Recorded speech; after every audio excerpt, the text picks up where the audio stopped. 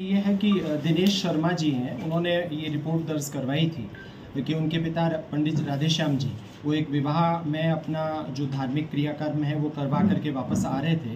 तो शुरू में इस बारे में कोई जानकारी नहीं थी। ये समझा गया कि एक दुर्घटना हुई है, अपनी मोपेड से वो नीचे गिर गए, चोटिल भी हुए।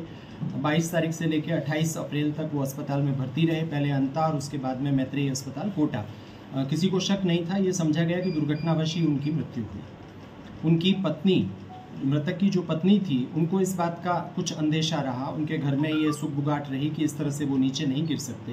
तो सीसीटीवी कैमरा इत्यादि को देख करके और ये चीज़ उनको मालूम हुई, दाह संस्कार वगैरह सब करने के पश्चात पता चली कि इसमें जो है दो युवकों ने मोपेड से ये जब आ रहे थे तो वो अपनी मोटरसाइकिल से जा रहे थे और उनके पास एक लाठी नुमा हथियार था, लाठी थी या लोहे का डंडा था, उससे चोट पहुंचाई, जिससे तेज गति से जब वो चल रहे थे दूसरी तरफ से पंडित जी आ रहे थे तो नीचे गिरे और उस प्रकार से चोटिल हुए और तत्पश्चात उपचाराधीन रहकर उनकी जो है वो मृत्यु हुई।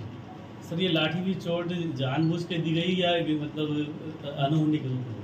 नहीं, अनहोनी इसको कतई नहीं कहा जा सकता। दोनों जो अपराधी हैं, दीपक महावर और हेमंत सुमन, ये युवा वर्ग के हैं और इन्होंने इस तरीके से कि यहाँ माहौल ख़राब किया जाए और जो हमारे कई आतंकवादी अपराधी बने हुए हैं उनको देख करके, उनके चाल चलन को देख करके यहाँ आतंक फैलाने के लिए और एक तरीके से डॉन बनने की नीयत से उन्होंने ये कार्रवाई की।